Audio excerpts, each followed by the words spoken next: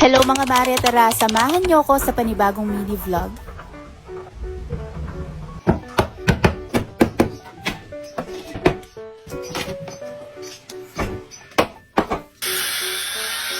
Magandang araw mga mare. Heto nga, ipapakita ko sa inyo itong aming hagdanan na madalas nyo nga tinatanong kung ano nga ba yung nasa loob. Di ko nga madalas maipakita sa inyo ito dahil ganito nga yung itsura niya sa pinakaloob. Mini pantry talaga namin ito mga mare, kaso pansamantala nga ginawa muna namin itong bodega. Kaya naman napagdesisyonan na nga rin namin na ayusin na nga rin ito. Hindi na nga rin kasi siya magandang tignan dahil kung ano-ano na nga yung mga nakalagay dito. Kaya tara, samahan nyo kami sa pagme-makeover dito para magkaroon din kayo ng idea kung meron kayong mga ganitong hagdanan. At heto nga, inalis na nga muna ng asawa ko itong pintuan, pati na nga rin itong mga maliliit na divider na kung ano-ano nga yung mga napapatong namin dyan. At ayan nga mga mare, bumungad na nga itong napakadaming kalat na nakalagay dito sa aming hagdan. Medyo ibahin lang namin yung pinaka-design nito at ang naisip nga namin gawin dito ay yung mas maging spacious nga yung area na yung kahit maliit lang siya pero marami kaming pwedeng mailagay dito. Pagdating ko nga galing trabaho, nadatnan ko na nga itong asawa ko na naumpisahan na nga niya itong ginagawa. May mga nailagay na nga pala siyang plyboard dyan dun sa ilalim ng hagdanan, pati na nga rin dito sa side. Iniisip nga rin namin kung papalitan nga pati nga itong railings ng aming hagdanan. May mga naisip din kasi kaming design ng railings na feeling namin ay babagay dito. Pero ang sabi ko, uunahin na muna namin yung storage na ilalagay nga namin dito sa ilalim. Storage cabinet kasi yung naisip nga namin gawin dito sa ilalim ng hagdanan. So bali bumili nga kami ng plyboard tapos etong mga gulong na ilalagay nga ng asawa ko dito. Storage cabinet kasi na merong gulong ang naisip nga niyang gawin para dito. Una nga niyang ginawa dito mga mare, ito nga sa pinakaibaba. Ito kasi yung pinaka magiging sliding guide ng mga cabinet kapag nailagay. So bali gumamit pala siya dito ng plyboard at ang pinandikit naman niya ay no more nails. At bukod nga sa no more nails ay gumamit nga rin siya dito ng screw para mas maging matibay. So heto nga nakapag-umpisa na nga pala siyang gumawa nitong mga sliding cabinet na ilalagay nga niya dito. So bali dalawang plyboard nga pala yung binili namin para dito. Tapos yung mga ibang materyales na inalis nga niya ay magagamit pa rin yun para nga hindi ito masayang. At heto nga paunti-unti binubuo na nga niya itong unang cabinet. Na-excite na nga ako mga mare dahil finally maaayos na nga rin itong ilalim ng aming hagdanan. At hindi na nga siya magiging bodega at tambakan nga ng mga gamit. Itong idea na talaga yung naisip namin mga mare ang maglagay nga ng mga cabinet dito. Medyo malaki nga itong unang cabinet na ginawa niya tapos 4 layer na nga pala yan. Kaya naman naisip ko marami na rin ang pwede ko nga mailagay na gamit dito.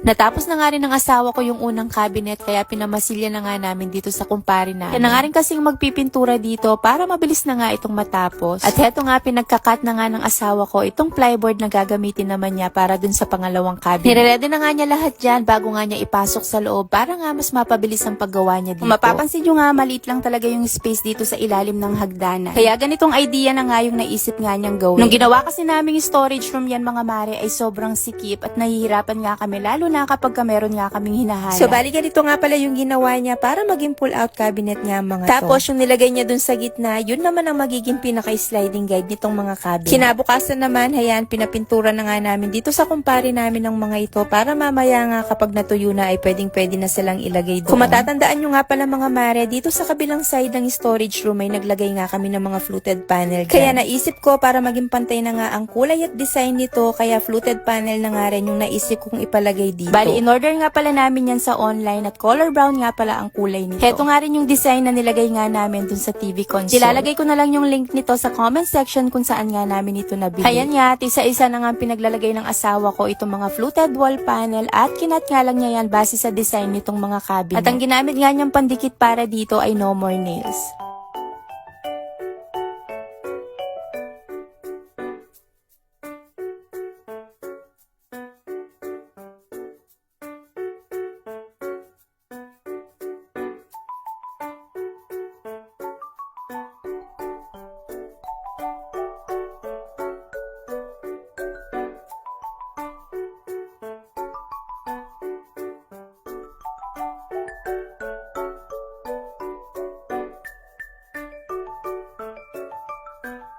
At para naman sa handle, ganito nga pala yung design na binili namin. Sobrang ganda nga nitong mga handle na nabili namin at bumagay nga sila dito sa kulay ng cabinet. Kung natatandaan nyo nga nung ipinakita ko nga sa inyo itong ilalim ng aming hagdanan, nang sabi ko aayusin nga namin ito. At heto na nga siya ngayon mga mare, at natupad na nga yung sinabi ko sa inyo dati. Ganitong setup talaga yung gusto namin dito sa bahay, yung kahit palit lang siya pero lahat ng sulok ay nagagamit namin. Ito na nga rin pala yung magiging mini pantry namin at aayusin ko pa nga yung mga gamit na ilalagay ko nga dito. O siya mga mare, salamat sa panonood at ayan na muna for today.